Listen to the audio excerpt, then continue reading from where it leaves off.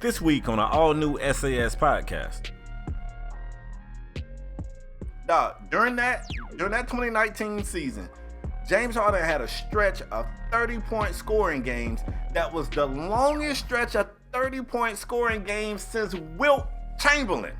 Okay. We supposed to be the losers, but we winning though.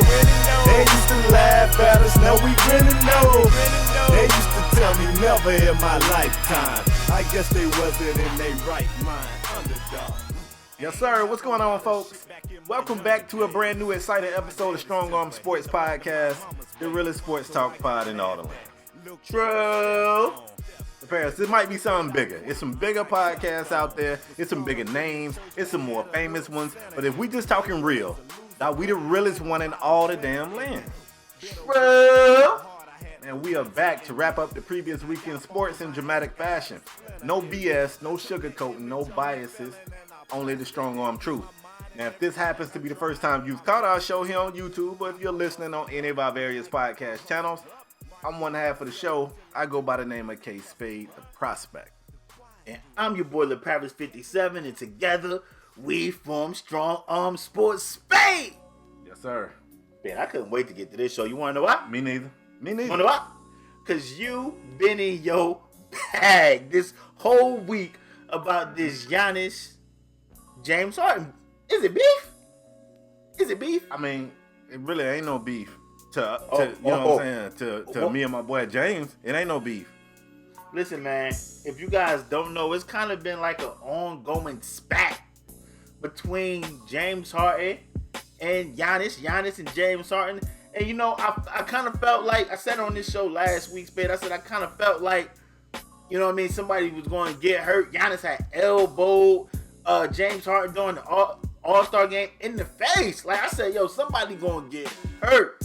We seen a clip of Giannis throwing the ball at James Harden. Looked like he was passing to a teammate, but, you know, people are speculating that it might have not been on purpose. It's always been this little, he the MVP. He shouldn't have won MVP going back and forth. And, man, Giannis said something when they was drafting during the picking the players for the All-Star game. He said, yo, I want somebody that's going to pass, so I'm not taking James Harden. It's just been a lot of little jabs thrown back and forth, Spade. And I wanted to get your thoughts on this. I already know how you feel. I already know who you rocking with. But James Harden versus Giannis Antetokounmpo. How do you feel about this? How do you feel about this situation, Spade? What's going on? What started it, Spade? What's up?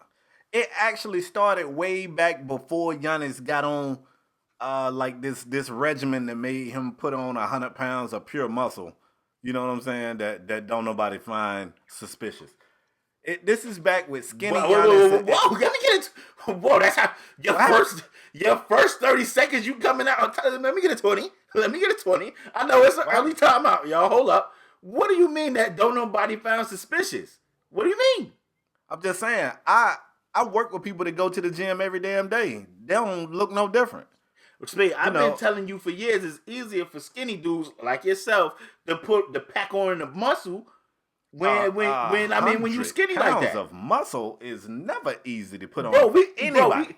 Bro, the twins watched the show, Markel and Dom. They watched the show. They been in the gym. They packing it on, bro. Bro, let me tell you something. Markel and Dimes, them jokers got they arms look bigger and they chest look a little bigger. But really, I think they just buying smaller shirts. And they work out 8 days a week. Every week. They've been working out 8 days a week for 3 years straight. Matter of fact, I'm glad you brought them up. Go. I'm going to jump out on a limb and say, I don't know how tall them dudes is, but I'm going to jump out on a limb and say they probably was about 165, 170 before they started working out. I'm going to say they about 190 now, dog. 190. Dog, Giannis was 180. Okay. What is he now? 250? 260? What is he? Spade, it's possible. That's possible. Okay. Protein shakes, great diet. You be hitting up your dietitian. Oh, nah. The twins be drinking the shit out of some protein shakes. Eating your protein. They got pre-workout, post-workout, protein. They got it all. they ain't made as drastic of a transformation. What are you insinuating about Giannis?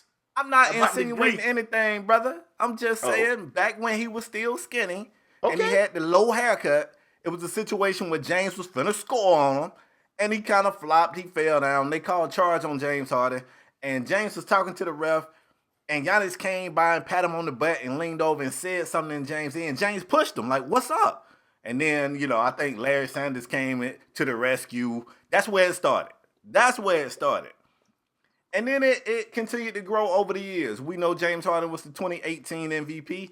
Giannis was the 2019 MVP, and James Harden felt like he should have been the 2019 MVP, which I got no problem with Giannis winning, and I got no problem with James Harden feeling like he should have won. Dog, during that 2019 season, James Harden had a stretch of 30-point scoring games that was the longest stretch of 30-point scoring games since Wilt Chamberlain. Okay. This is crazy shit, bro. Like, Paris, this is back when you said on this show, I don't understand why they not just blitzing him and double teaming him because I was early to that party. The crazy thing is that party started at 10. I was there at 8. I was early to that party. Yeah, hella early. Like, y'all should probably put some chips and shit on this table. I was hella early. I was hella early.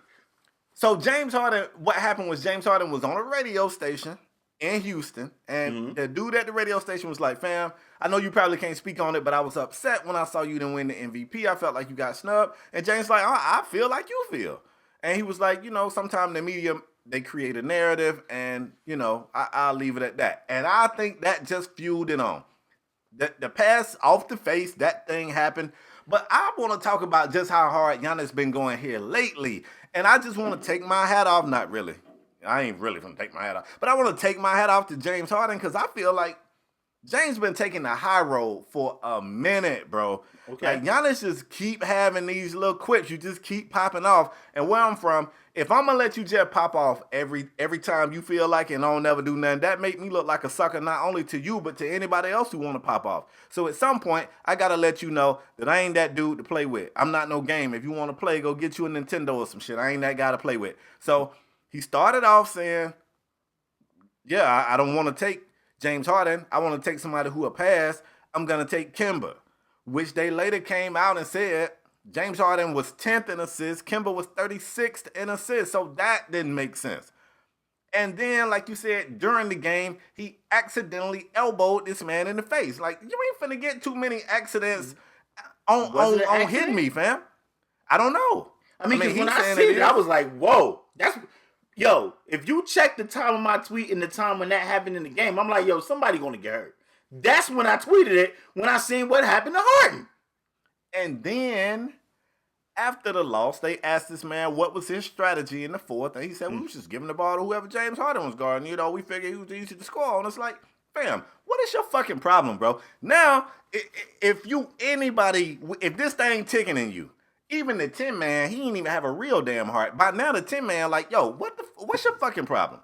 So James Harden has his interview with Rachel Nichols. And you know what, LaParis? I actually want to play it, fam. That's what I'm going to do. I'm going to play the interview. You cool with that? Oh, okay, let's get it. I ain't know we was jumping out the gym like this. Let's get it. We jumping. Giannis Antetokounmpo makes a joke on the air about, I want to take someone who can pass. I'm taking Kemba Walker instead of James Harden. I was more assists than him, I think. You ranked 10th in assists going into the All-Star break, and Kemba ranked 36th in assists going into the All-Star break. I don't see what the joke is, but I didn't even see it, and I don't pay attention to stuff like that. I just know that none of them can mess with me. Well, Daryl Morey, your general manager, had a great line to kind of address all of that. He said, being different doesn't really get appreciated. Hold on, let's stop right there. Mm-hmm. Kemba done caught a slug on collateral damage. It's for real. Kemba ain't even had nothing to do with it. Kemba didn't draft himself. James, all I know is none of them can mess with me. Ain't got nothing to do with none of this. But just in case you over there thinking slick, Kemba, got some fire for your ass too. Neither one of y'all can handle me. I like it, James. Let's continue. Yeah, when I'm done, when it's all said and done, they'll appreciate it more. But I wish I could just run and 7 feet and run and just dunk. Like, that takes no skill at all. Ooh. I gotta actually learn how to play basketball, how to have skill. Ooh. Hold on. I cut off the end. I'll take that any day. I'll take that any day. I wish I could be 7 foot tall and just run and dunk. That takes no skill. Talk that shit, James. I like it, bro. And I've seen some people give James Harden hate, like, James and his feelings. They be the same people that say, this is the AAU era of the NBA where everybody's friends and everybody get along. They complain about it. And then you get this, and guess what people do? They complain about it. I like it. Talk that shit. Tell everybody else in the league that y'all can't mess with me. Also in this interview, Rachel Nichols asked him, you was just at the All-Star game. It's a collection of the best players in the league. What do you feel like you fit in that scenario? He said, I feel like I'm the best in the league. I feel like I am the best. Never before in the history of the NBA have we seen people get double teamed at the half court line. That's never been done before. Like, they having to do something different on defense that nobody's ever seen to stop what I do on a nightly basis. I feel like I'm the best. When he said it, LaParis, he looked stoic. With no smile on his face. He went giggling, looking away like, I think I'm the best. Rachel, you know what I'm saying? Print that shit. Put that up there. And you tell those 7 foot hating ass, traveling ass Greek man that includes him too. I'm the best. I like it. Get Giannis out of here, bro. Giannis been pushing it. He been pushing it. And then he tried to play the victim, LaParis. He said, I don't really throw jabs. Yes, you've been throwing them. What you talking about? What you think that you've been throwing them? Giannis did a little interview and was like, he ain't throwing jabs. He's just trying to win basketball games and go home to his family. Okay. I heard it. Yeah, okay. All right. Spade. Yeah. Spade. Can I ask you a question? Ask me a question, bro. You've been watching basketball for a very long time, correct? Yeah. Spade, are you telling me that Giannis is not skilled? That all he do is dunk? He's skilled. He's not as skilled as James Harden. That wasn't my question. That wasn't my question. This isn't it. This isn't in comparison to James Harden. Giannis is a 7 foot dude that can dribble, Euro step, back to the basket, get to the cup. Like I'm asking you, do you feel Giannis is a skilled guy? A skilled basketball player. I think he's skilled. A skilled basketball player. I mean, I think everybody in the league skilled. Who you got in the league that ain't skilled? Man, don't get shy. Bender is in the league. That don't count. I mean, he in the league. He just started for the Warriors the other game, like day before yesterday or yesterday. But anyway, that's neither in nor out. I just want to get your opinion. Did you feel Giannis was skilled? You said he's skilled. Okay. I mean, you going kind of hard on Giannis. Nah, LaParis. Go. Let's be real, bro. I'm being real. And look, I put this I like on Twitter. Giannis I like James. You don't really like James, though. You don't really like James. You don't like James. That's not true. Don't get up here and try to do the politician shit and sit on the fence. Spade. You don't really like James Harden, and that's fine. Prove to me that I don't like James. I never said I didn't like James Harden. You don't have to say it though. It's the things that you say. My actions prove that how does my action prove that I don't like him? That's not true. I rock with James. I can't always tell. I'm gonna say that I can't always tell that you do. Let me say that. LaParis, you are a Bulls fan because of who? Michael Jordan. Let's be honest. For the folks who butthurt saying that Harden and his feelings, if somebody had went on TV and said some wild shit like this about Jordan, what would have happened, bro? It would have been World War III. It would have been war. Jordan would have gave him buckets and beat his ass. He'd have fought him too. He'd have fought him and gave him talked buckets. About him. Like you would have talked the about era him. I grew up in. The era of basketball. I Bro, fell in love with. Whoa. You wasn't finna talk. And the only thing that pisses me off is folks really out here caping for Giannis like he's some innocent bystander in this whole thing. Or like it's a language barrier and he don't know that he been throwing shots. Fam, you got on TV and said, I don't want James Harden, I'm gonna take somebody who gonna pass. You got on TV and said, we're gonna go at James Harden because that's who we feel like we can score on. And you lost. And you didn't even score in the fourth quarter. I want James to talk that shit. I want anybody I'm a fan of to not be okay I'm not mad at somebody that, bro. talking that shit. I told you. I'm just saying. We grew up in I told you. I grew up in the era when every time the Knicks and the Heat played, it was fisticuffs. Like it was a fight. They were fighting. So I tuned in. I was like, yo, they gonna fight. Every time they played, it was a fight. So I love this. I can't wait for them to play each other. I can't wait. I cannot wait. I don't want nobody I'm a fan of. What? Go ahead. I don't want anybody I'm a fan of to have somebody throwing shots at them on TV and they just take the high road. To each his own, man. You know, the reason why it's a bunch of players in the league and everybody got fans. Some play you just spoke on Dragon Bender. It's some kid somewhere that's a Dragon Bender fan. Vision. I feel sorry for that kid, but it is. So, I think Vision, last I checked, his quote was good riddance. I don't even think he a fan no more. But my point is, maybe you want to be a fan of somebody who take the high road and just be shy and say, oh, you can just keep disrespecting me in the media. I want to be a fan of a dude to be like, fam, I led the league in scoring 3 years in a row. I was the MVP. I just set a scoring streak that surpassed you led the league in assists everybody. Too. You led the league in assists. Yes. I want him to be like, no, you're not finna get up there and pop like I'm not that dude. The whole league has had to change the way they play defense because of me. And LeParis, just the other day, Chris Paul wouldn't even come out on Giannis for a jumper. Ain't nobody afraid of Giannis when he pick his dribble up. Ain't nobody afraid of Giannis when he pick his dribble up. So you can't be popping. Somebody should have did the draft and said, I'm not taking Giannis. I want to take somebody who can shoot. Then he would have felt some kind of way. So then my only thing with Giannis, if you're going to pop, fam, come on TV and be like, yeah, I was pop. I was talking a little loose, But to be like, I don't try to send shots. Well, if he felt that way. Who voices his that? Voice. That's his innocent voice. Like, oh, no, I'm not to do it. Yes, you did. Yes, you did. Man up. Hey, Spade. Talk that shit, James. What do you have to say about the people we seen on TV that said James Harden is not a winner? Oh, my God. I'm going to call his name, bro. Israel Gutierrez said, and I quote, at this point, James Harden is not a winner to me.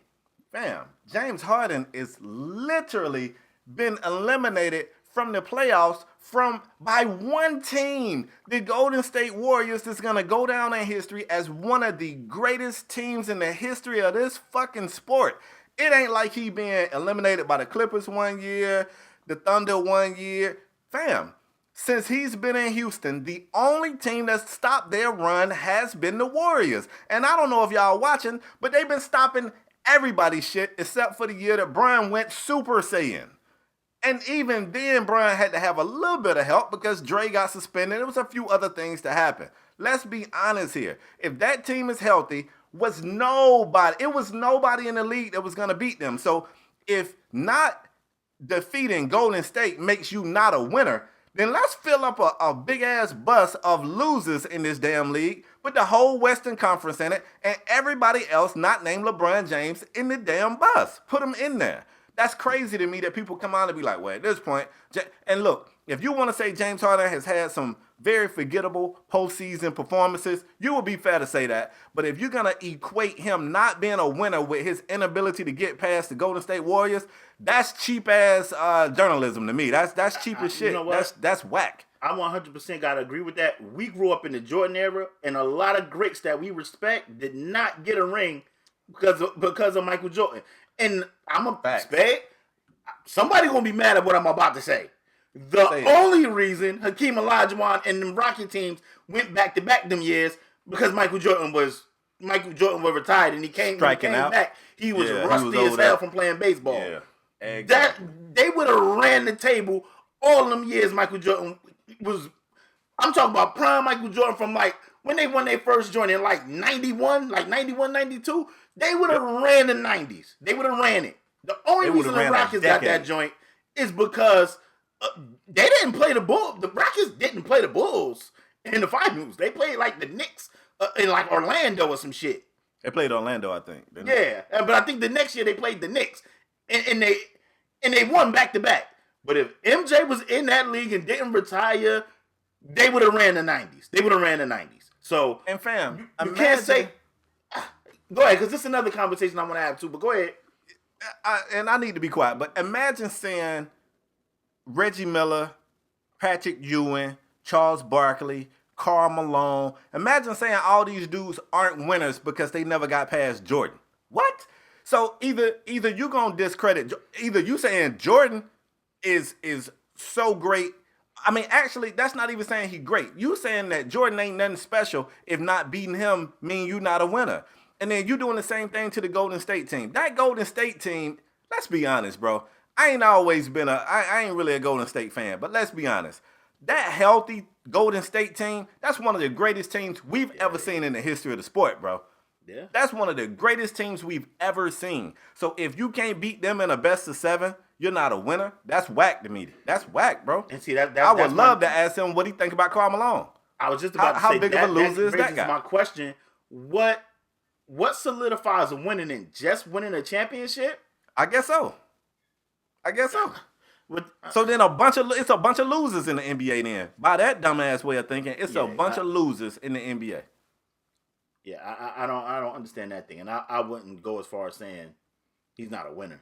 Like, I wouldn't. I mean, listen, like I said, I grew up in, Michael Jordan stopped a lot of my favorites from getting the ring. I would have loved, and the crazy thing is they use that. We'll talk about it a little later once we talk about Curry, but Draymond always be like, well, Barkley ain't got no ring. Yeah, he don't. But Barkley was nine times out of 10, maybe not at the end of his career with the Rockets. Barkley was the best player on every team he was on. He was. Yeah. Can we say the same about Draymond Green? Hell no. That's what I'm saying. Hell no. They disrespect. That's why I said what people think of equates to a winner isn't what should equate to being a winner. Because if you're just saying, yo, you got a ring, you a winner. It's a lot of Adam Morrison got a ring because he just happened to be on the Lakers squad when they won that joint. Like, come on. Yeah, Mark Madsen got more than one. Yeah, like I guess he twice the winner that Charles Barkley is. I mean, like I said, that's lazy journalism to me, man. And I would want to ask him, is it something in between being because typically we say you either a winner or a loser. So is it something in between that? It ain't no way. It's no way you can look at that dude and say he's not a winner. LaParis, we watched last year, the last year that Chris Paul was there. Yeah, that was last year. When Chris Paul got hurt during the regular season, the Rockets was toward the end of the Western Conference, and James just said, fuck it, I'll just do everything, and went crazy. He went crazy, and he was having just a stupid performance night after night after night after night, and basically single-handedly got that Rockets team back to the top of the Western Conference. I think Clint Capella also got hurt sometime during that span. All this shit is well documented. All you gotta do, it don't even take 5 minutes to do a Google search. That's my only problem. I don't like when people, and I'm not talking about you and I, LaParis.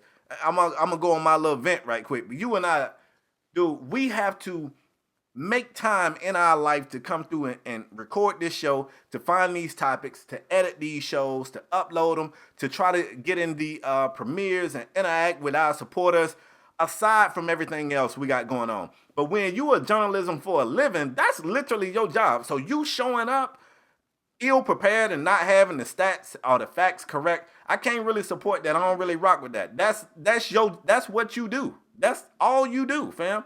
You not taking time away from your work. You got a stat man in your damn ear. Somebody is in your ear giving you the stats. Ask them before you say something crazy like, at this point, James Harden is not a winner. Like, fam, shut up. Shut up, fam. You not a winner, bro. You a loser, bro, for saying that. I mean, I was critical about the Rockets going small ball, and they on a 5-game win streak, so it looked like it's working. Hey, I was saying, D'Antoni, figure something out. This is your job. And he said, you know what? Well, this is what we're going to do. They're on a 5-game win streak. We have to wait and see if this is going to, translate to them getting to the finals or, winning the chip. But so far, so good. So far, so One good. more thing before we move on. In that same interview, James Harden said that he was confident that they would win a championship. That he would win a championship. He was confident. And I know somebody in this sensitive day and age we live in, somebody gonna take that and be like, oh, I did. You know how people be getting upset about anything. And I just want to remind you, just in case you was typing something in the comment section about him saying that, I would like to take this time to say, Charles Barkley was so confident that the Phoenix Suns was going to defeat the Chicago Bulls in the finals that Charles Barkley said that God told him that he was going to win the finals. And after losing it, to speak on more confidence, after losing it, Michael Jordan said, God didn't clear that with me. So confidence and playing at a high level, that mess go hand in hand. I'm the type of person, I want to cheer for somebody who's extremely confident. I want to cheer for somebody who think the world ain't nobody can rock with them, fam. Like, when we was young, and fam, I told this story one time. I didn't even know Bruce Lee was dead when I was a kid. Bruce Lee died before I was born. I thought them damn Bruce Lee movies was just coming out, fam. I thought them shits was fresh off the press. I thought he had just made them shits. Now, Bruce Lee, the people who love Bruce Lee loved him. But everybody didn't love Bruce Lee. Some people really felt like Bruce Lee was incredibly arrogant. And he should have been. Because he was the baddest thing walking the face of the earth at like 130 pounds. He knew he was bad. That's why I was a fan. Because he was arrogant. I like it. I like it. Spade, let me ask you, like, would you like to see the Bucks and the Rockets in the finals? Hell yeah. Hell yeah. If that happened, bro, here's my hot take. If the Bucks and Rockets meet in the finals, I'm finding my way to a game. I might be in the bleeds. I'm finding my way to a game, bro. I'll take binoculars, but I'm going. It's crazy because the Bucks are like, I think they 51-8, and it's crazy because they were saying the Bucks were on pace to win 70 games. So they were saying like, yo, they win 70 games and don't win it. Should the Bucks be considered as one of the best teams? No, you get 70, you gotta win it all. Same. I don't want to hear nothing about the 70 something and whatever 73-9 Warriors. They lost. Yo, Spade is crazy. We know the Patriots went 16-0. Guess what? They lost. It don't matter. They lost. They gotta win it. You get 70, you gotta win it. I don't want to hear, oh, this is one of the best teams ever. You gotta win that shit. And now, let's be honest. And now we know the Clippers done stacked the odds, and the Lakers done stacked the odds. They everybody that get bought out or waived or something, both of those two teams are scooping them. So the odds are kind of stacked. But let's be honest, the Warriors ain't there, and the Warriors is what was stopping everybody. So yeah, the Warriors, we don't know, but we expect the Warriors to be back to full strength next year with Steph and Clay and the whole cast. Yep. So this is everybody's best year to go win something this year. It's wide open. It's wide open. It is. So this is your year. So I'm interested to see how it pan out, Spade. I'm interested to see how it pan out. That's a good segue. Let's talk about Golden State. For those that don't know, Steph Curry was supposed to return this weekend from the fracture in his hand, which I don't want to be that dude, Lopez. Be that dude. Now you've been banging the can and all. You've been banging the can the whole being that show. Dude. Be that dude. You right. You absolutely right. It looked like Steph been ready to come back, man. Steph is videos floating around of Steph shooting. He's still shooting from half court. He's still cashing from half court. Got a video of him holding his wife up. You know, somebody was like, "Damn, I ain't trying to say Aisha fat, but she weigh more than that damn ball." You know what I'm saying? And let's be honest, every time he on the sideline, he be jumping up, skip. Yo, he makes sure he always show that wrist when he's sitting on the bench. Like, yo, look at my wrist. Every time he on the bench, it'd be in the brace. It wasn't in no brace when he was holding Aisha in the picture, and he got somebody to take it. I mean, I don't know. Maybe they just sat it up and put the countdown. I don't know. But Steph Curry is not gonna be back yet. They're gonna hold him off a little bit longer. And here's what I want to ask you and the listeners of the podcast about, man. Steve Kerr said that Steph put up a fight. Steph wanted to play. He put up a little bit of a fight, but he also understood why we wanted to take extra precaution. He later added that there's no concern from the training staff about Curry re-injuring the hand, and that it's more about conditioning following the long layoff. Fam, it's this BS. Like, what? Do you buy any of this shit, bro? Yes, it's BS. He could have came back. We seen other players had the same injury. It was like, y'all came back in X amount of months, even if it's a month or 2 months. Come on, yo.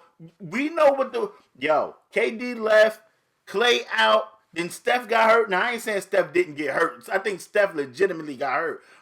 I'm questioning the time span of said injury. Like, yo, he out. First it was like, yo, we're going to be out. We're going to reevaluate. Then it was like, all right, he out for the season. And then it's like, all right, he coming back Sunday. And then he was supposed to play Sunday. And now it's been reported Steph's not playing Sunday.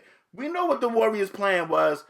They tanking. They clearly tanking. And the crazy thing is, Spade, I watched the game the other night. I'm like, Draymond got ejected playing 8 minutes. Draymond don't even want to be out there without those guys. So he's doing stupid shit to get his ass tossed out the game. Like, come on. Yep. Like, we know what the Warriors' plan is. They trying to tank to try and get in the lottery. Well, they're going to be in the lottery. Be in the lottery, get a high draft pick. They ain't slick. I don't know if the NBA don't see it, but they ain't slick. Spade, when they went to the All-Star game, I said, yo, they point shaving. I tweeted that shit. They point shaving. When Steph got hurt and it was reported, yo, we going to reevaluate. He's going to be out for some time. Then it was like he out for the season. Yo, they was point shaving. They was tanking. They tanking. We know what it is. What It's I don't BS. get is this, bro.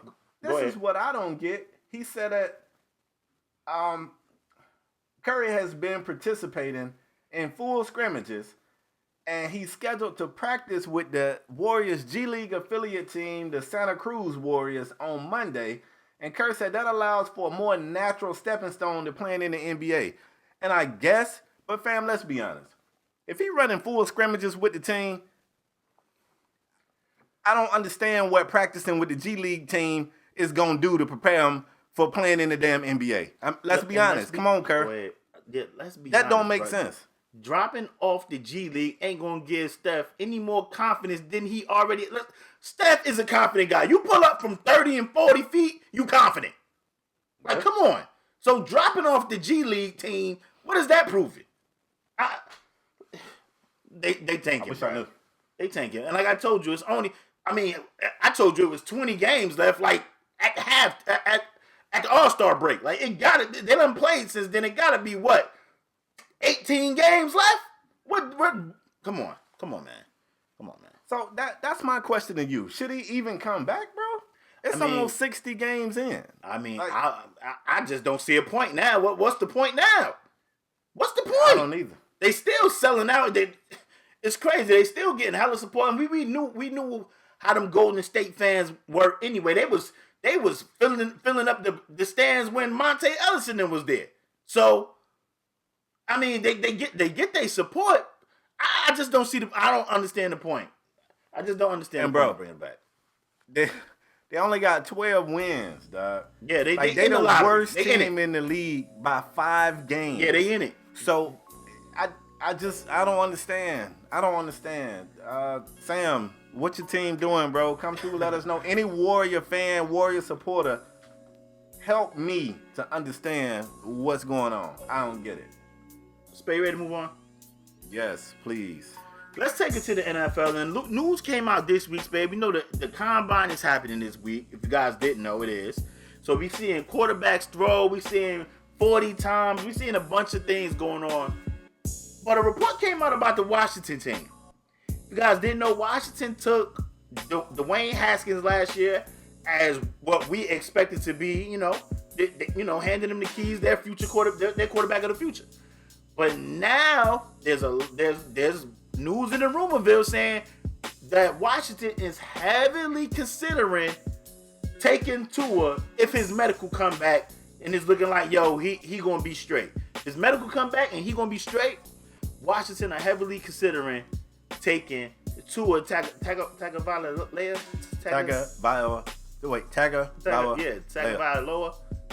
Tua from Alabama, the quarterback from Alabama. Spade. Yep.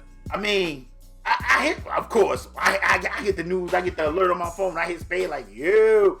And then I'm like, yo, you know what I mean? The shit that went on in Arizona got people thinking it's cool. Spade like, yo, Spade, talk to me about that shit. Should the Skins give up on Haskins and take Tua now? We know they got a new coaching staff. They ain't draft Haskins. So let me say this. I don't feel comfortable saying they should give up on him. But you was kind of there with Arizona too. Like, yo, they took Rosen, So you was, you know what I mean? You was basically saying they took Rosen. They didn't need Kyler. You said that last year. True. But I'm going to be honest with you, bro. And look, I don't think I got to remind anybody of this. I'm pro-black quarterback. But let's be honest. Facts. Haskins had a rough go. Now, he wasn't the starter off rip, and they did this thing where he would play a game, the next game, no, he's not going to play. So they really didn't do everything in their power to even help him have a smooth transition to the league. Let me say this first. Let me say this, babe. I was not a fan of the staff, though. I wasn't a fan of that staff, but go ahead. Like I said, they didn't do him any favors. They damn sure didn't help him. But it don't change the fact that he got 9 games played. He finished his rookie season with 7 TDs and 7 INTs. He wasn't very good, bro. I'm sorry. He only got a 26.8 QBR. He was not very good. So could they have done some things to give him a smoother transition? Absolutely. But if you're looking at Tua, and if you truly believe that Tua is that guy, I feel like Arizona has given other teams confidence that, hey, just because you drafted somebody high in the first year don't mean you ignore better talent at the same position in the following year. I don't like the way they did Rosen. Hell, I don't like the way we did Rosen. I still don't feel like Rosen's had a fair shot yet. But you can't look at the way Kyler Murray played this year and be like, they shouldn't have did that. Kyler was pretty damn good. So, man, I hope Dwayne Haskins lands somewhere that's actually going to give him a legitimate shot and actually try to help him succeed.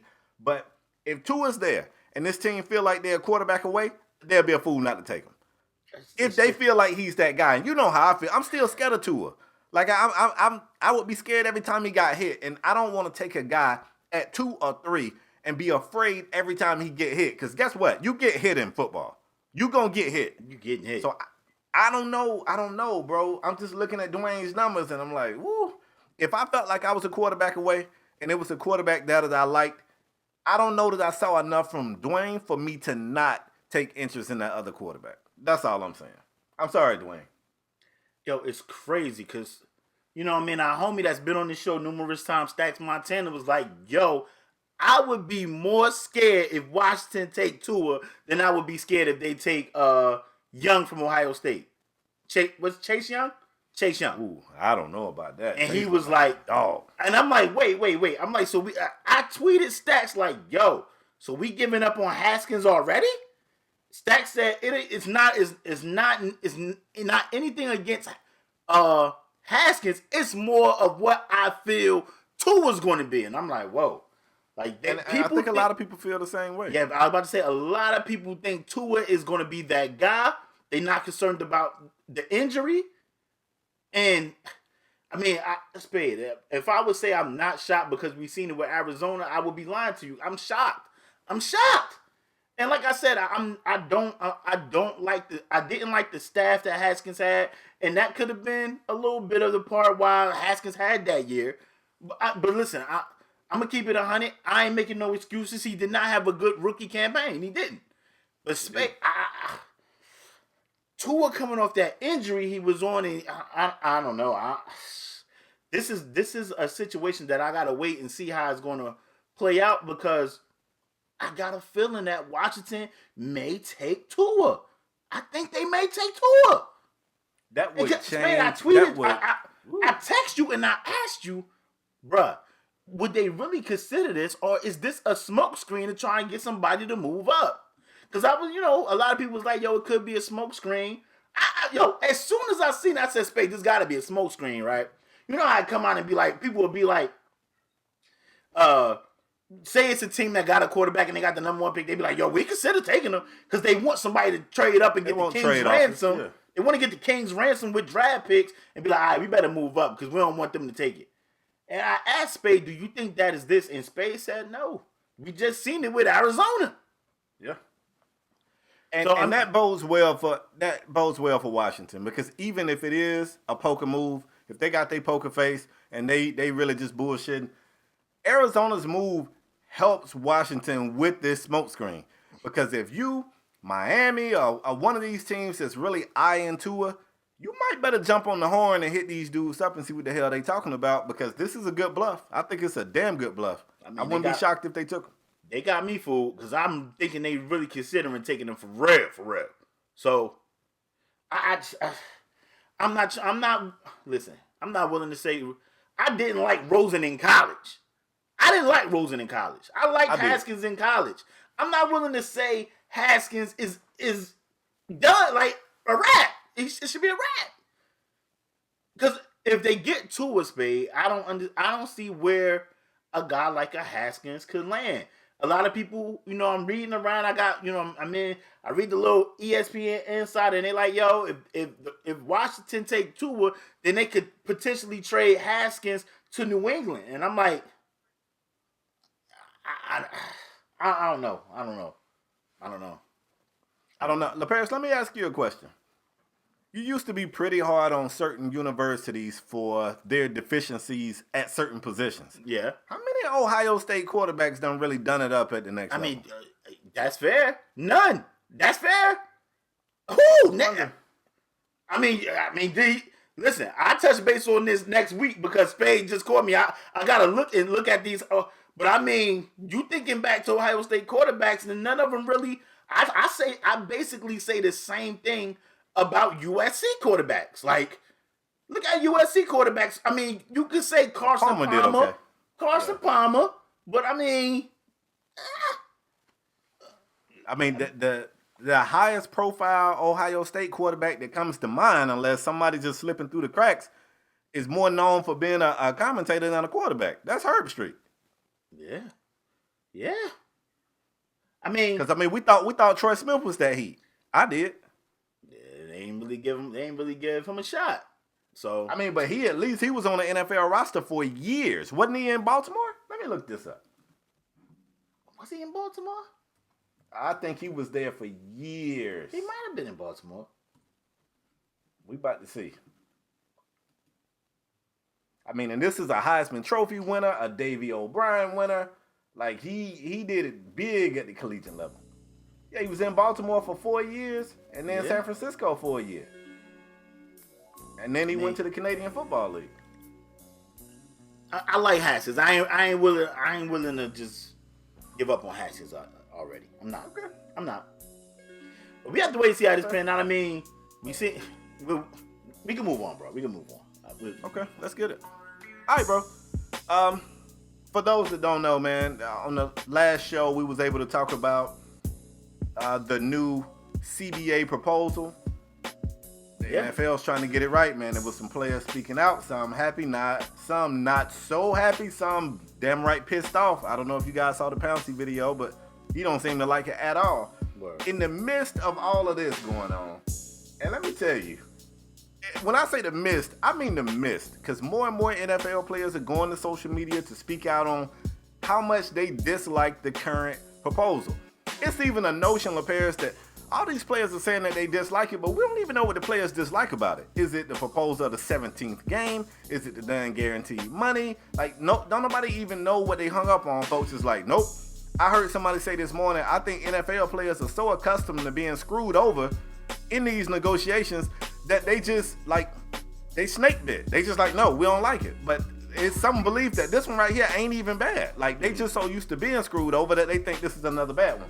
But in the midst of all this right here, CBS decided to drop the bag for who they feel like is their top commentator, Tony Romo. Now, the ex-Dallas Cowboy quarterback is really good at being a commentator. I got to give him his props. The first time I heard him on TV, I was like, damn, Romo is really good at this shit. Like, you can't listen to him and be like, oh, he's all right. No, he's really good at this shit.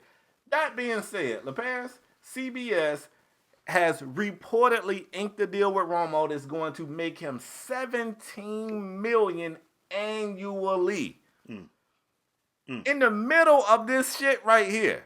So the timing couldn't be any worse for the league trying to get the NFLPA to sign off on this thing. Odell Beckham Jr. took to social media and tweeted, I'm done playing football. I just want to be an announcer now.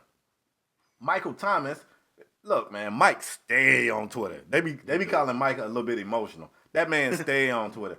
They be calling him more than emotional. But Michael Thomas said, thank you.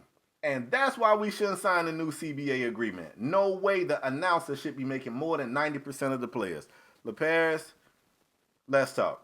It's this, and you know, we love saying on this show, you worth what you can get. That's right. That's where I'm going. You know, that's if where I I'm leave going. out of here right now and somebody just say, hey, brother, here's $1 million.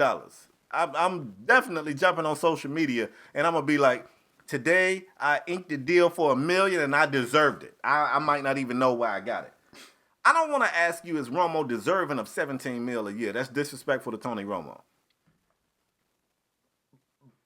But I kind of want to ask you, is he deserving of $17 million to commentate? Spade, it ain't. Listen, this is like when you're Spade. When you're, I hate to say this, and I'm saying this playfully, but if you're a team like the Dolphins or a team like the Browns or a team like that just been kind of down and a big time free agent, you got let's say you got the biggest free agent.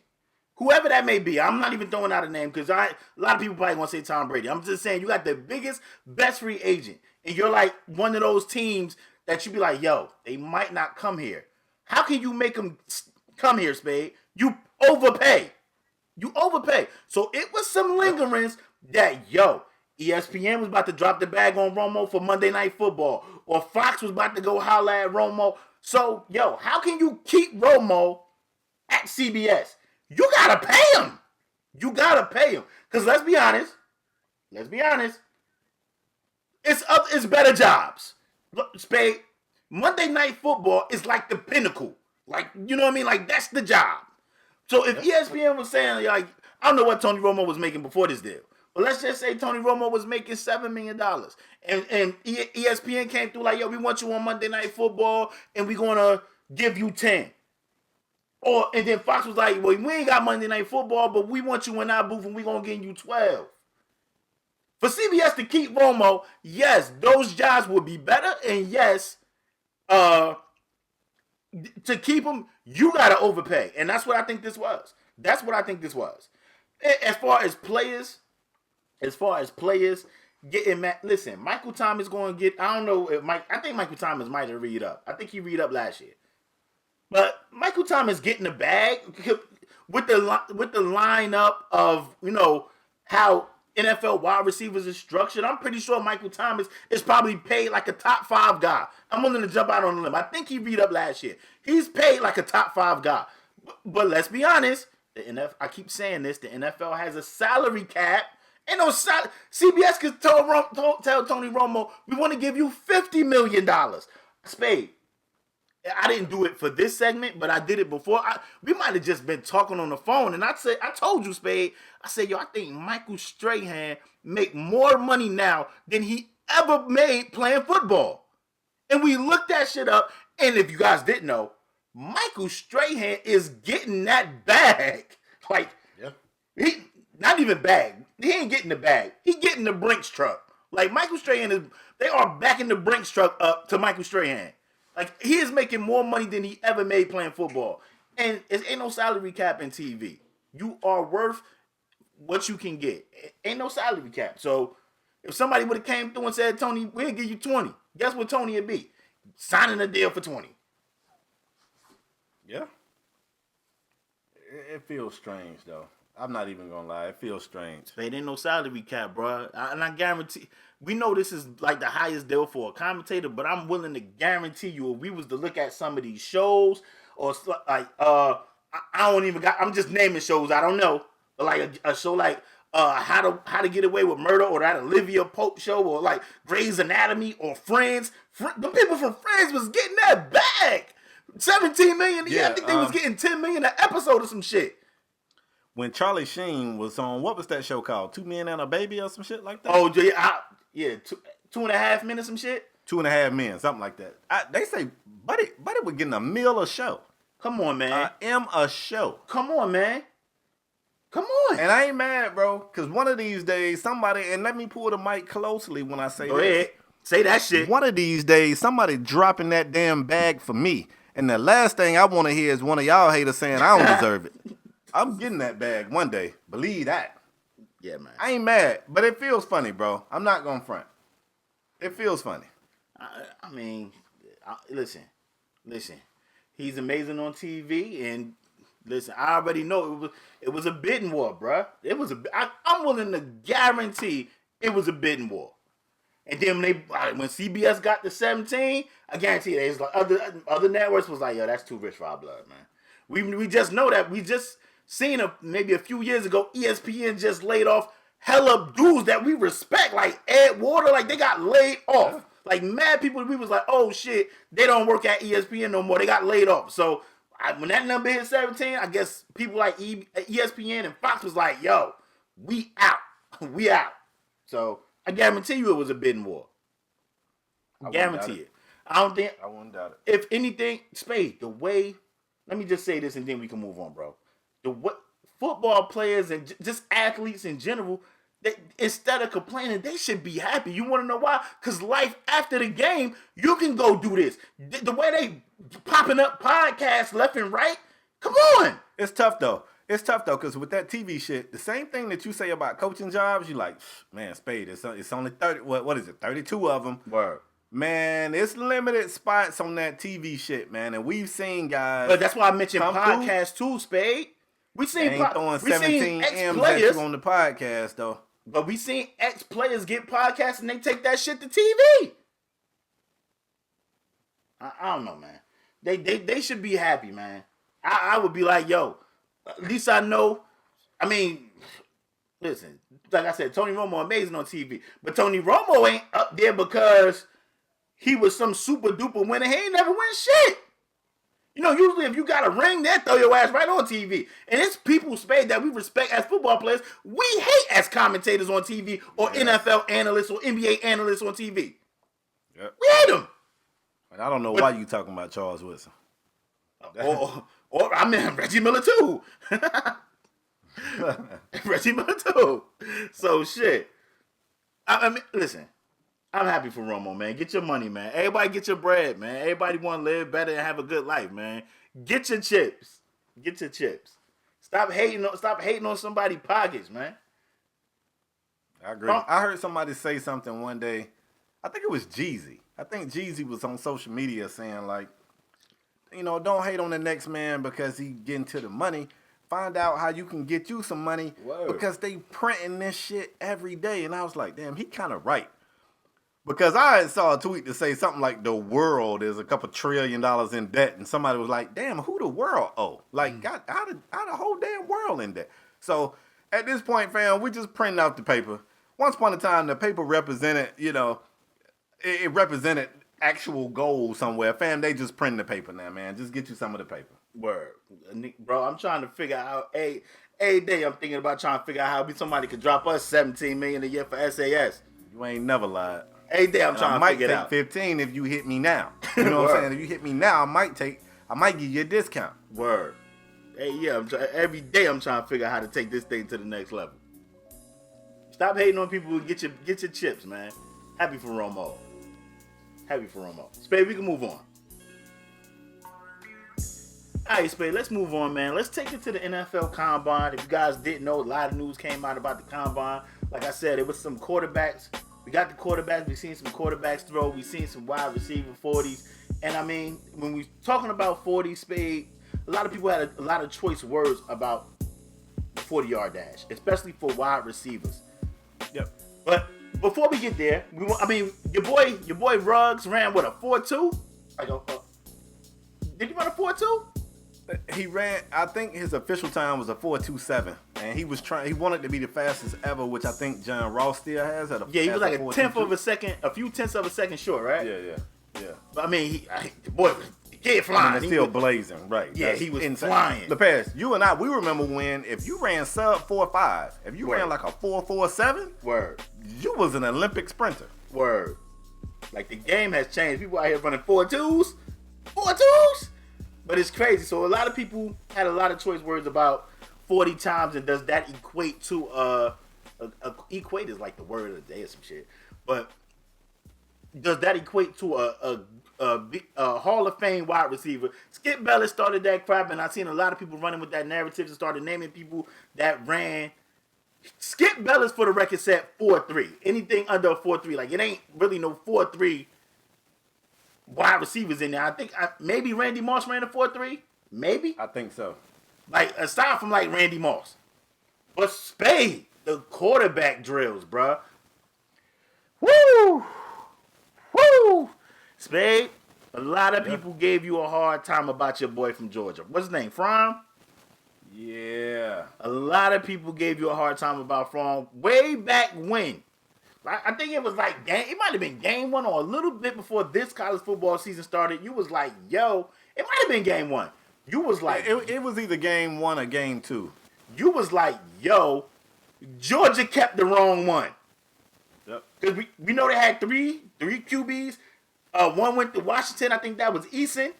Yep. Correct. And they had the other one that went to Ohio State. Fields. Yep. That went to Ohio State. Correct. Yep. And man, Spade came out and was like, yo, Georgia might have kept the wrong one. And man, was people on Spade bad, bro. They was on him. They was on him. And so Spade, the combine happened, and Fromm was out there tossing that thing. And when I say tossing that thing, I mean he was tossing that thing out of bounds, tossing it to the concession stand, tossing it to the stands. Spade, it wasn't looking good, bro. It wasn't looking good. And I just wanted to get your thoughts on Fromm. Yeah, I mean, yesterday the jokes was flying. Whatever day it was, the jokes was flying. The Jake Fromm jokes, because he had a few moments of him just missing the mark out there. And look, it happens, but you know what the combine is. They're going to put you under the microscope. They're going to overanalyze every single thing about the way you drop back, your footwork, where you're releasing the football at. It's really just an event for people to overanalyze things, when at the end of the day, we got 4 years. In some cases, we got 4. But we got years of people actually playing college football, and we got stats and data that we've seen these guys perform in the moment. This ain't really a game. Like, it ain't no defenders chasing you. Right. It ain't no pads and all that. But that's what they do. They go to this combine and they overanalyze. And Jake Fromm, he didn't have the greatest throwing performance. He actually posted a decent 40, but his passes was a little all over the place, fam. And everybody was saying Herbert's stock grew because he ran a decent 40. Joe Burrow decided not to throw in the combine, Spade, and a lot of people was like, yo, I don't understand why he didn't throw. Do you think that hurts his stock as being the number 1 pick? Not at all. Me neither. So people coming out saying like, yo, why didn't he throw? This could potentially hurt him because the Bengals can take Tua. Listen, man. Joe Burrow, I don't know what type of pro Joe Burrow was going to be. But Joe Burrow has proved enough in college that he don't got to throw at the combine. He don't got to prove it. I mean, he don't got to do it. He don't got to do it. But I'm one of the people that was like, yo, let's pump our brakes and relax. But yo, 60 TDs, what do you have, like 5,000 yards? Like, come on. Yeah, what is throwing to these wide receivers going to show you that him winning the national championship didn't? Nothing. I'm pretty sure he's going to throw out his pro day. And, you know, a lot of people they were shooting Fromm some bail and was like, yo, he out here throwing the wide receivers he don't know. Let's wait till his pro day. He going to be throwing the wide receivers that he got some rapport with. And, I mean, that's listen, man.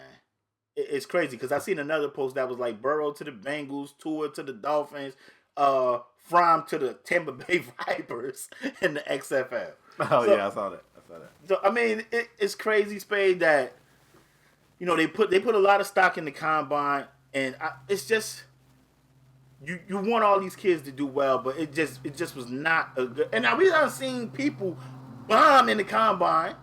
I want to think back and say Teddy Bridgewater, because I think he had a glove, but he didn't wear gloves, and then he went to his pro day. I think he threw some gloves on and had a good pro day. So yeah, I mean that's just one of the names that just came to my mind of you know recent history. But we done seen guys bomb in the combine and just they became solid pros. So let me ask you, Skip Bayless said he don't think speed equates to a Hall of Fame wide receiver. I want to know, do you agree with that? Because let me just say this and then you can go. Some of the people that we deem to be like the best receivers they kind of ain't. They ain't the Blazers. They run like a 4.5. I think Jay Rice might have ran a 4.5, 4.6. Michael Irvin might have ran a 4.5, 4.6. Say it again. Yeah, I don't know. I will say this. Last year, man, the big talk of this whole thing was DK Metcalf. He showed up looking like an absolute weight room warrior. The dude had muscles on muscles. He ran like a 4.32 at the combine, so he was fast as shit. They said he was only straight line speed. They say he couldn't run routes. They say he wasn't a good receiver, and he damn near had 1,000-yard receiving year in his rookie season. Definitely had a great, I would say a great rookie year. Definitely did. He was better than anybody thought he was going to be. That is 100% correct. I mean, I say anybody loosely, but like the pros, so to speak, they was on him kind of hard. So they were. I just feel like the whole speed thing is made a bit too much of. When I was young, I'm going to call out the hometown hero, but, Willie Gault was actually an Olympic sprinter. Went to the University of Tennessee, was drafted by the Chicago Bears, won a Super Bowl with the Chicago Bears, later was traded to the Raiders, and had like a really long career. So the thing that I saw, Steve Smith said, like, none of these fast guys end up, like, they don't really have, like, good careers. Well, I don't know, like, that's subjective. I don't know what you calling good. Willie Gault had a long-ass career, man, and, he got a ring to show for it. Yeah, I don't know. I'm wondering, do they mean, like, a Hall of Fame career? We expect Julio to get in the Hall. What did Julio run, like a 4.3? I want to say I think he was 4.4. I'm not sure. Let's see if I can find it. But Julio, we expect Julio to get in the Hall. Yeah, for sure. But Julio ran a 4.39. Yeah, okay. So, I kind of want to say it's some validity to that argument, man. Like, who are the fast guys? Like, I mean, we can say if Tyreek Hill. I mean, Tyreek Hill got some off the field issues, but we expect, like, if he be healthy and be on the field, we expect a guy like Tyreek Hill to possibly, especially if he stay with Mahomes and stay with Andy Reid, he can put up numbers big enough to make it to the Hall. But for the most part, the people that we deem as those guys, they not burners like that. Aside from Randy Moss. Yeah. I'm trying to find some more to see. I mean, Michael Thomas led the league in catches, maybe receiving yards this year. Michael Thomas was like slow as hell. He might have ran a 4. I might be exaggerating, but I want to say a 4.6, 4.7. So, okay. So people gonna talk about people like Darius Hayward-Bay who ran a 4.3. He wasn't great. Yeah. You could say this is crazy. John Ross was super fast. Jakeem Grant, however, probably won't be a Hall of Famer. Definitely, he's solid. I would say he's solid. Marquise Goodwin is solid. He's solid. Very solid. So I don't know, man. I don't know. I wouldn't even be mad if you said J.J. Nelson was solid. Like, he was solid. Yeah, he's solid. So I don't know, man. I just think they make too much of it. When I'm looking at this list, though, it's some people that I forgot about. I'm looking at Dre Archer. I'm looking at CJ2K, Chris Johnson. I'm like, oh, shit, I forgot about dude. DeMarcus Van Dyke from Miami. Yeah, it was some fast dude. Bro, let me tell you something. At the end of the day, these people need content. They just talking about whatever I buy that feel too. like. I buy that. But let me ask you, Spade. If you're GM, you're drafting a receiver, would you rather have, and it's kind of not a fair question, but would you rather have a receiver that can get you that can run the complete route tree, or would you rather have a speedy guy? I think for me, I don't think I walk into it. You know what? Let me be honest. It's going to depend on what I got. If I got a possession guy that can run the shit out of a route, he's stabbing his cleats in the turf and he cutting on a dime, I might not mind putting a speedster on the other side who can stretch the field. I think it's about what I need, you know. That's but at fair. the end of the day, I would be one of those guys, if I was a GM, I'm more concerned about his body of work from college than I am about what he do in this damn spandex suit for one day at the combine. That's fair I'm too. like, I'm not falling You in put a lot love of with stock in anything that. I see at this combine. That's fair. And it's crazy because, like, to your point, even you want to talk about Michael Irvin, not you. I'm just saying people talk about Michael Irvin. Michael Irvin was the possession guy, move the chains guy. Of course, we know he's nicknamed the playmaker, caught a lot of touchdowns. But Alvin Harper was on the other side, and he was the straight line burner. So you're right. It depends on scheme. It depends on coaching staff. Listen. You can have the most talented guy in the world. You still got to coach him up. You got to coach him up. Your scheme got to be right. If your scheme ain't right, you got to be willing to adjust your scheme. Yep. You know what I mean? We just seen it with the Baltimore Ravens and Lamar Jackson. We just seen it. You think Baltimore running this same shit they running with Lamar Jackson with Flacco? Hell no. They changed that shit. So you gotta be willing. You gotta be willing to adjust with what you have. So I think looking at, we just seen a punter, which in my opinion, I've seen a lot of people like, yo, that don't help his punts. He just went on, took 225 to the rack like 25 times, like bang 225 bench pressing 20 or 25 times, 25 reps, bro. Which is impressive I was impressed. Like holy shit. To put it into perspective, we talking about the fact that he's a punter, and that don't really help him with punts. But they got a list of people in the league that he did more reps than. Frank Clark, Jadeveon Clowney, DeMarcus Lawrence, Devin White, Chandler Jones, Michael Bennett. These strong-ass dudes, bro. It's impressive, man. It's impressive. It was impressive. I seen a lot of people on Twitter like, yo, what are you squatting? Like, bruh. Bruh, I don't care what he squat. That shit was impressive. I don't even I think that's like Matt Turk nephew or grandson or some shit. Like he's related. What? Yeah, like that punter Turk. He's related to him in some way. But it's crazy. People just was like, what he squatting? I'm like, bruh, bench pressing that shit is impressive for a damn punter. You got linemen that's going out there doing 11 reps. Shit. I like it.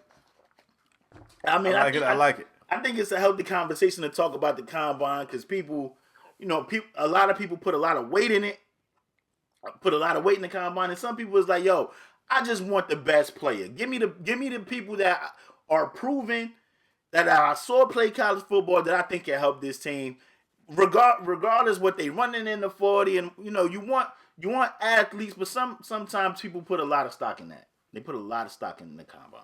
And we seen people go in the combine and tear that shit up, and they be first round picks and be ass. And we seen people that go there and just look horrible in the combine. And you put them on the field and they the best thing since sliced bread. One person came to mind. Matter of fact, I don't want to lie. I want to say he got invited, but my gut is telling me he did not get invited. So you can correct me if I'm wrong. But Alvin Kamara come to mind. Alvin Kamara got phone book shiftiness. Like you can't catch him in the phone book, but he not no speedster. He ain't burning nobody. He ran like a 4.6 40. So he's not that fast. Yo, so it's basically a spade. You can't touch him in the phone booth. Like flag football, you ain't touching him. Like you ain't getting him. But he's just one of the guys that come to mind. So it's definitely, can this guy help my team? And Sean Payton jumped out on him and was like, Alvin Kamara is one of the guys for us. And we seen like Alvin Kamara just been amazing since he's been in the league. So yeah, he ran a 4.56. Yeah, come on. Which is not fast. Especially for a running back. Yeah. I think Derrick Henry might have ran a 4.4. His big ass. That's a big dude moving like that. I mean, Spade, I'm done with the combine, man. Like I said, I think they're doing defensive line and linebackers today, so I'm interested to see how that work out, how that pen. It's crazy because that shit is on ABC, and I'm like, damn, if you was gonna put it on ABC, wouldn't you want to put quarterback, wide receivers? But nah, they got defensive linemen and linebackers on ABC. Like people want. I'm just shocked that it's on ABC. I'm shocked. It's probably a bid for it, and ABC probably they probably took the cheap route. They probably said, shit, just give us something. Like shit. Yeah, probably. But yeah, let's move on. Also, man, last week we talked about a big upcoming fight, heavyweight fight, Deontay Wilder, Tyson Fury. This was part 2 of these guys meeting up and fighting. And the Paris, I told you going into the fight, I didn't feel like I knew enough about Tyson Fury to give a prediction. Mm-hmm. You felt like you was willing to put your name on the Deontay Wilder side of things, and the fight went a little weird. I watched the fight. I know you watched the fight. How you watched the fight? Bro, come on, bro. You dry snitching, bro. Hey, Spade, how you watch the fight, bro? I pay-per-viewed it, clearly, bro. That's the only way you can watch it. You're right. You gotta pay for it. Come on, Come on, bro. The fight, LaParis, I'm gonna be honest with you. When I was watching the fight, first of all, let me give you some fun facts. Deontay Wilder weighed in at 231, which is the heaviest he's ever been for a fight. Mentioned that last week. Tyson Fury weighed in at 273. Fam, almost 300 pounds. Yep. And the big fella said that he wanted to pack on more weight. He wanted to go for the knockout. Said he packed on the weight because he wanted to lean on Wilder, lean all his weight on him and get him tired and continue, Spade.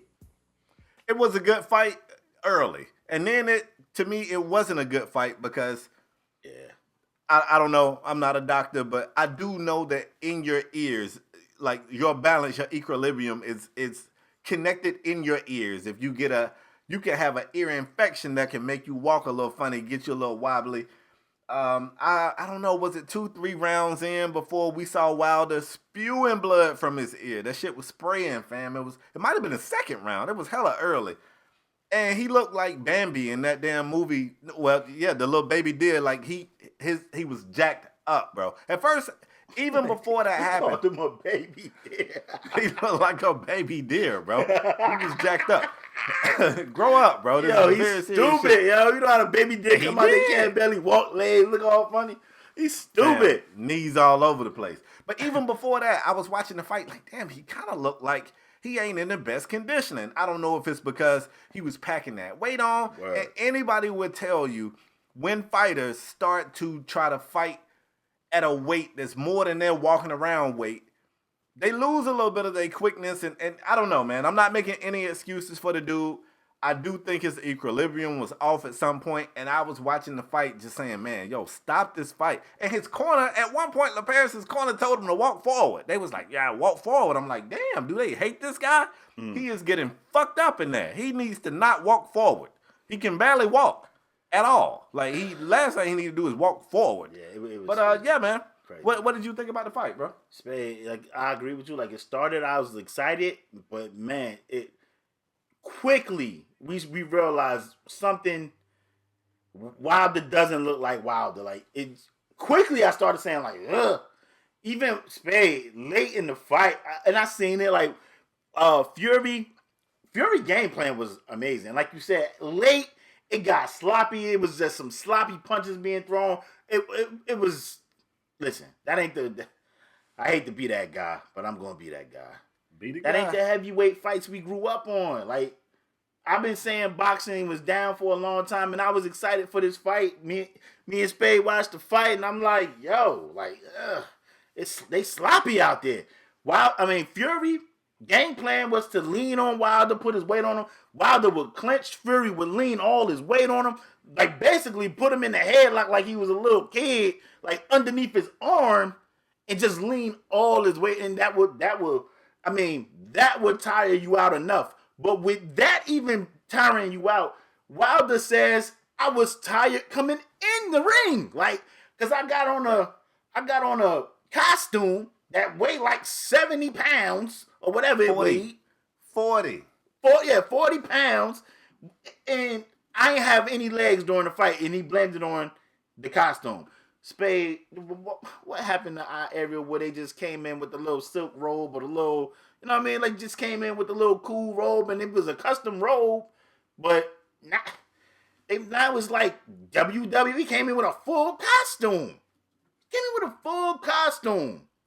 I don't know, man. But with that being said, we are getting Wilder versus Fury 3. Like, Wilder said he will exercise his rematch clause, and I gotta ask you, Spade, do we want to see this again? Honestly, no. Wait, you know me. Today we playing audio, fam. I got some audio for you right here. This is from December 2018. Mm-hmm. Listen at this. We want to activate the fast twitch muscles. Mm-hmm. You know what I'm saying? We do everything with rapid speed.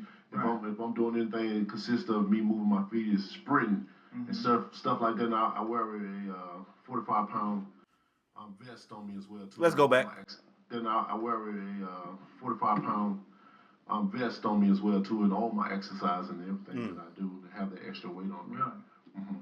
You can't come out in 2018 and say you train in a 45-pound vest and then get beat up and say that your legs wasn't with you because you wore a 40-pound costume walking to the ring. Was that not your first time trying? You ain't try that shit on?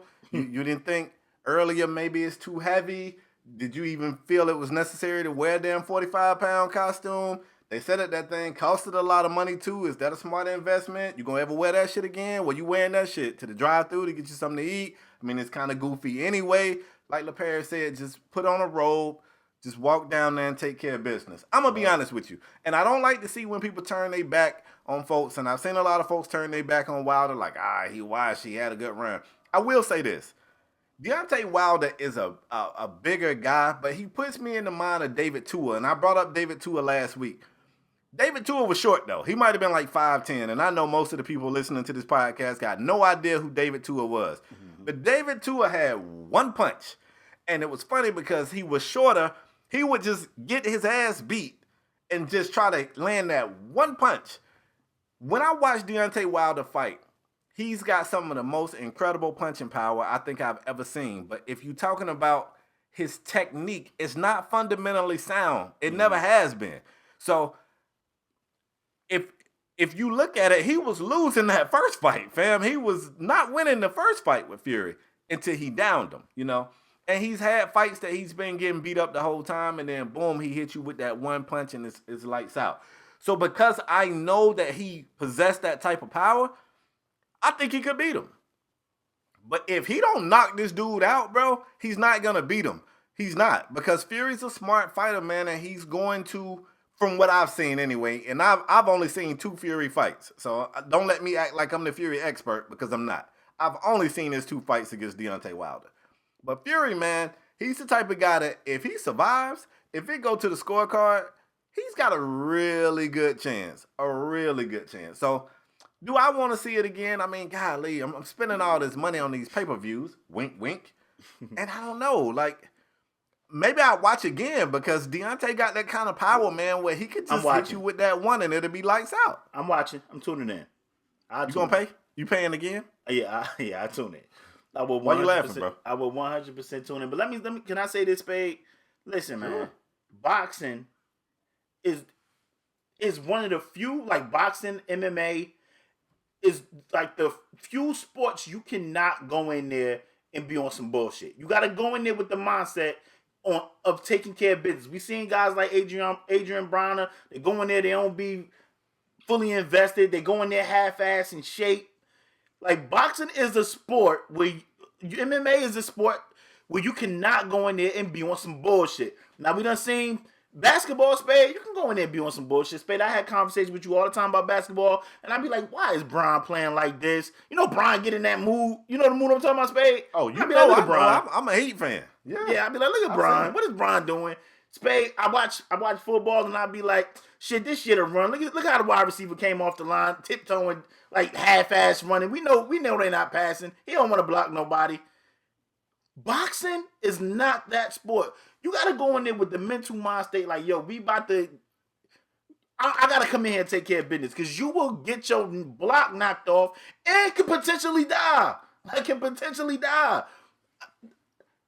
Spade, I asked you, we was watching the fight, I asked you, was that an early stoppage? What'd you tell me? You asked me if it was what? An early stoppage. Did the ref stop the fight too soon? I think I think his corner stopped it, right? I mean, no, the ref stopped it. I thought his corner wanted it stopped. I remember he was punching him in the corner and the ref came over there and was like, all right, that's it. Yeah, but I think on the other end, his corner was like, get him. Oh, word? No, I ain't even hear that if that was the case. Yeah, I think the corner saved him. I could be wrong. Somebody fact check me on that, but I think, LePage, you said you felt like you thought it got stopped too soon, right? I did. Wasn't that your opinion? Yeah, I did. Damn, it was 2 rounds too late for me. Damn. He was out. He couldn't even. The only thing he could do was clinch. It was bad, bro. It was bad. Only reason I felt like it was kind of a stoppage too soon, because like you said, I know Wilder possessed that punching power, and I felt like if the next, I think that was it stopped. It got stopped in round 10 or round 9, or was it 8? 9, 8? It might have been 8 or 9 because I know I took a bet that it was going to be over in under 10 rounds, and I won. But whatever round they stopped it, I figured I wanted Wilder to get one more round, and then if he just looked like shit again, then I felt like it was you could have stopped it then. But I felt like he could have got one more round. In the 7th, bro. Oh, in the 7th. Okay, yeah, I felt like one more round would have did it for me. But listen, man, if your corner stopped it, or boxing is that sport, you could wind up dead in that shit. So I'm not complaining about an early stoppage. I did raise the question like, yo, was that too soon? But listen, man, you can die in that ring, and I'm never going to complain about a corner or a ref stepping in to save somebody. Never.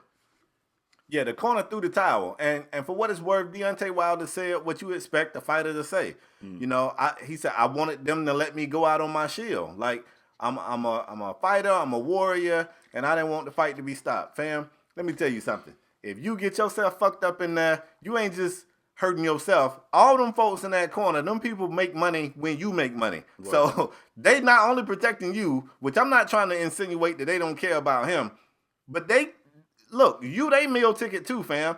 You ain't got to, that's quote your job, unquote, to go out on your shield. To protect said player or said fighter from himself. Because, of course, everybody would be like, yo, bro, it's been plenty times like, yo, I'm not coming off this field unless I'm dead. And it's the coaches or your people that be like, man, get your ass out of here. Yeah, exactly. Spade, we can move on, man. I'm watching Wilder Fury 3. I'm watching. Tuning in. Okay. I'm going to pay too. Spade, how you watched the fight? When I say Spade, how you watched the fight? Because I want to know how you watched it. I paid. Because you sure as hell said on the show last week, you're like, well, I'm not buying it. I had a change of heart. That used to be a TV show. That's the game about it. I bet. Spade, let's move on. Let's go to the pick'em game. I won the pick'em game. We had about time. We had Bucks. Spade, I told you I'd be trying to make you feel good about yourself. Bro, you ain't won one of them shits in weeks. What you mean? You only up 2. Oh my God, man. You only up 2. You was up 3, whatever. And now you up 2. And now I got a good one for us this week. Friday, 10:30. What you got? Bucks at Lakers. Spade, who do you have and why? Them damn Lakers. The team with no haters. Huh? Oh, shit. You heard me? Spade. The team with no haters. I said you know what? Give me the Bucks. Let's go, Giannis. Let's go, Greek freak. You so easy to defeat. Let's show James Harden what it about. What it be about. How we somebody do? Tell Let's Kimber show James Harden how we do it in Greece when we eat the crepes, mate. Will somebody please come through and give us the real damn where we at? Because I'm tired of the players trying to act like he's still in the game when he's not in the game. Bro, we in the 3rd quarter, bro. We in the 3rd quarter. I'm down 2. In the 3rd quarter, I'm down 2, but I got the ball. I'm driving. Okay. I'm driving. I like it. It sounds good. You ready to bring this show to an end, Let's get it, man. All right, last segment of today's show is the Strong Arm Performer of the Week. You guys know what this is. It is award time, man. We reward great performances, and we get this award away to a male or female athlete who raised his or her level of play to ensure that team got the victory. LaParis, bro, you are on the hot seat. Don't goof this up. I got to go. We your Strong Arm Performer of the Week. You gonna like this one. Spade, I was going to go. I wish the boys would have won because I damn sure wanted to give it to Kobe White because he been tearing shit up, averaging about 35 points in like the last 4 games. I just got an alert saying Kobe. Y'all, bro? Say it again? Why he don't start for y'all, bro? Because the coaching staff is dumb. Fire Garden Packs and fire Boylan. Get him out of here.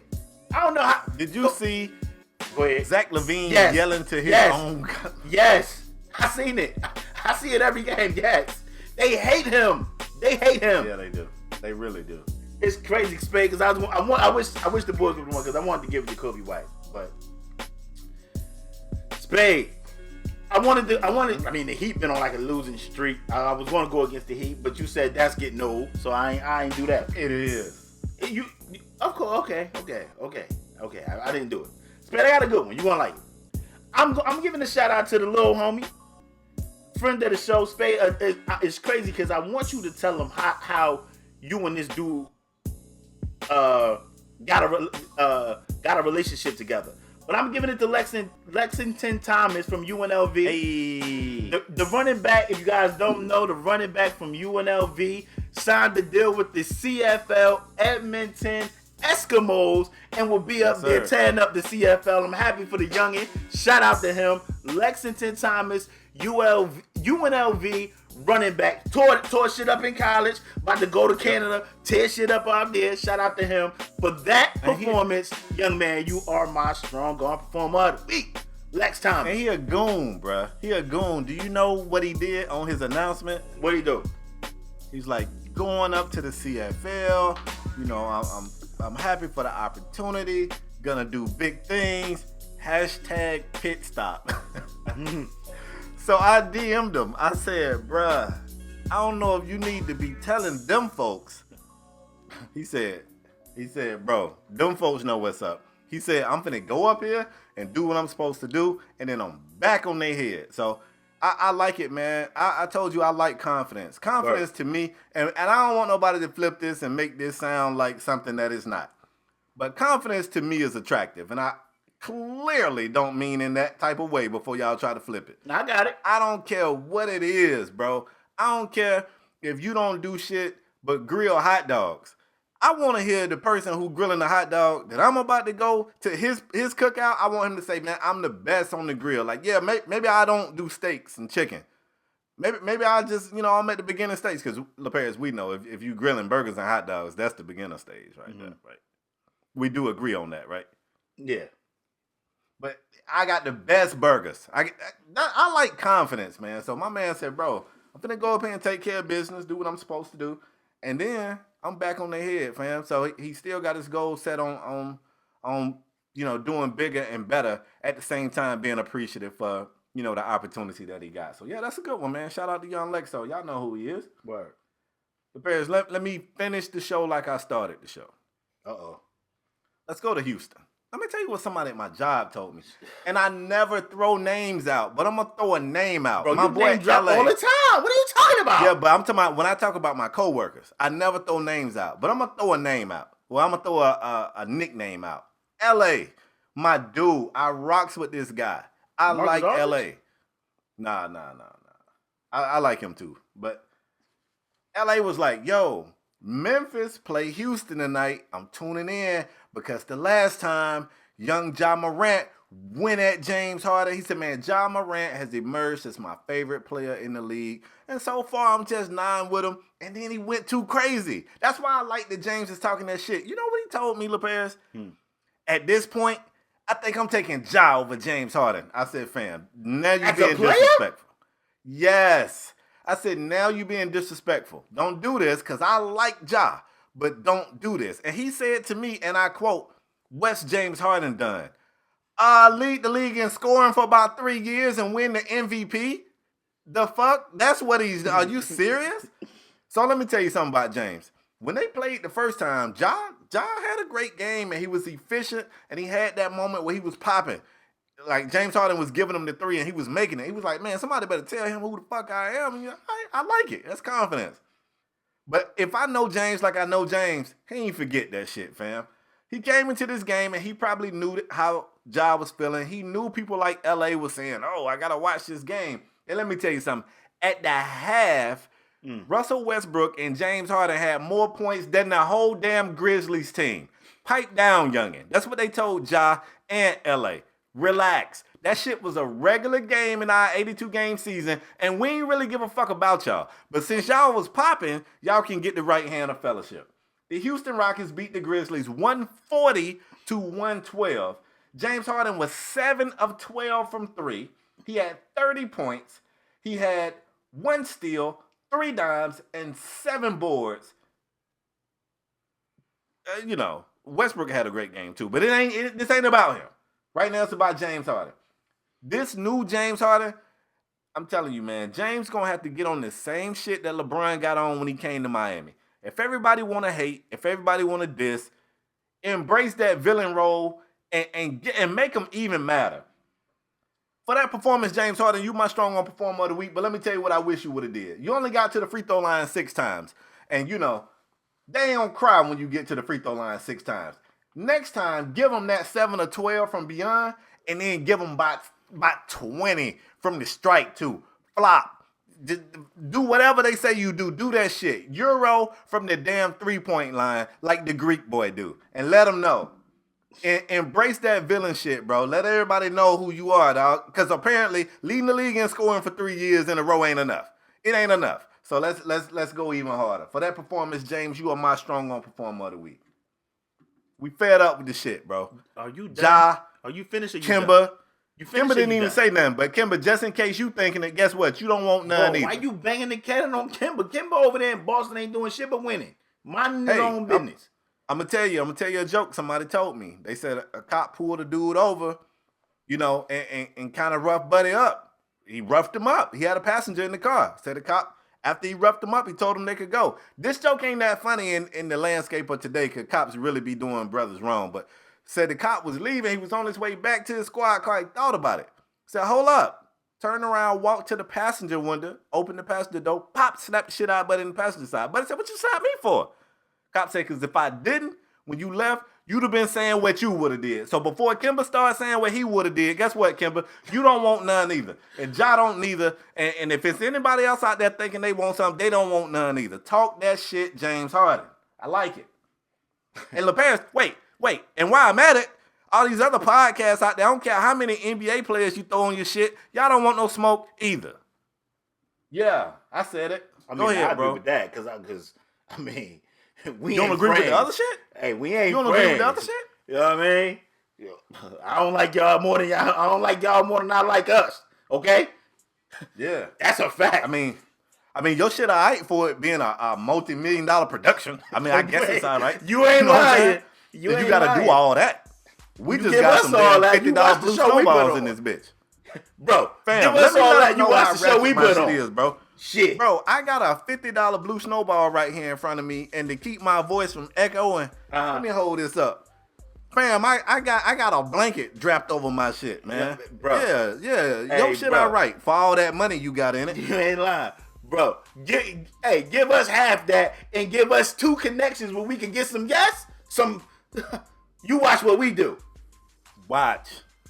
I dare y'all to give me y'all resources. I dare you. Give me some resources and You watch. watch the show That's all we I put gotta on. say. You ain't lying. Now you talking that shit. You was I've been talking it. You was in your James Harden talking your shit about James Harden, but now you talking that shit about us. I'm with it.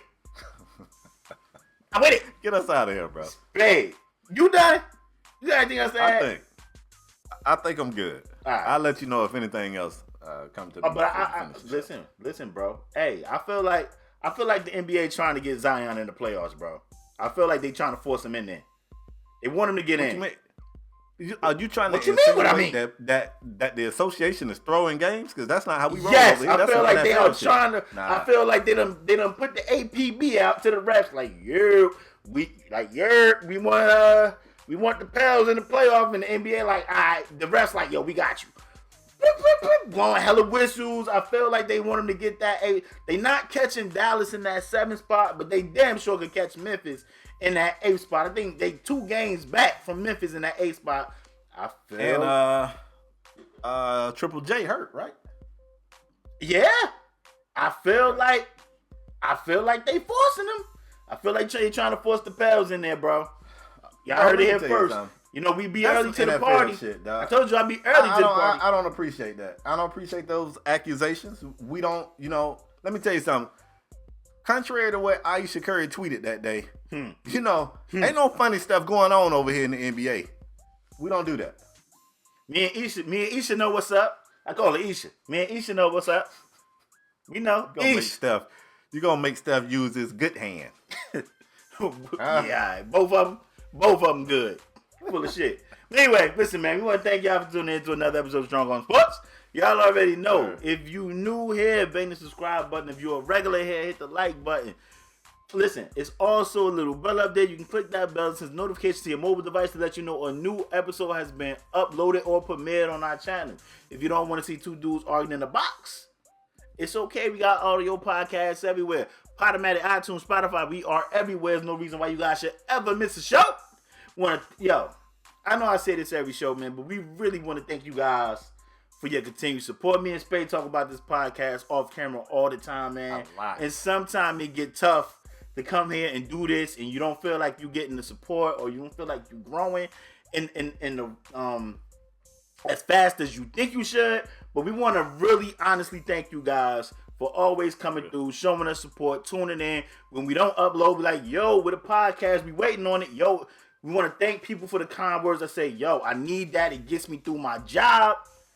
This is why we do this shit, man. This is why we do it. We want to thank you guys for your continued support. We'll see you guys next episode. We out. Peace.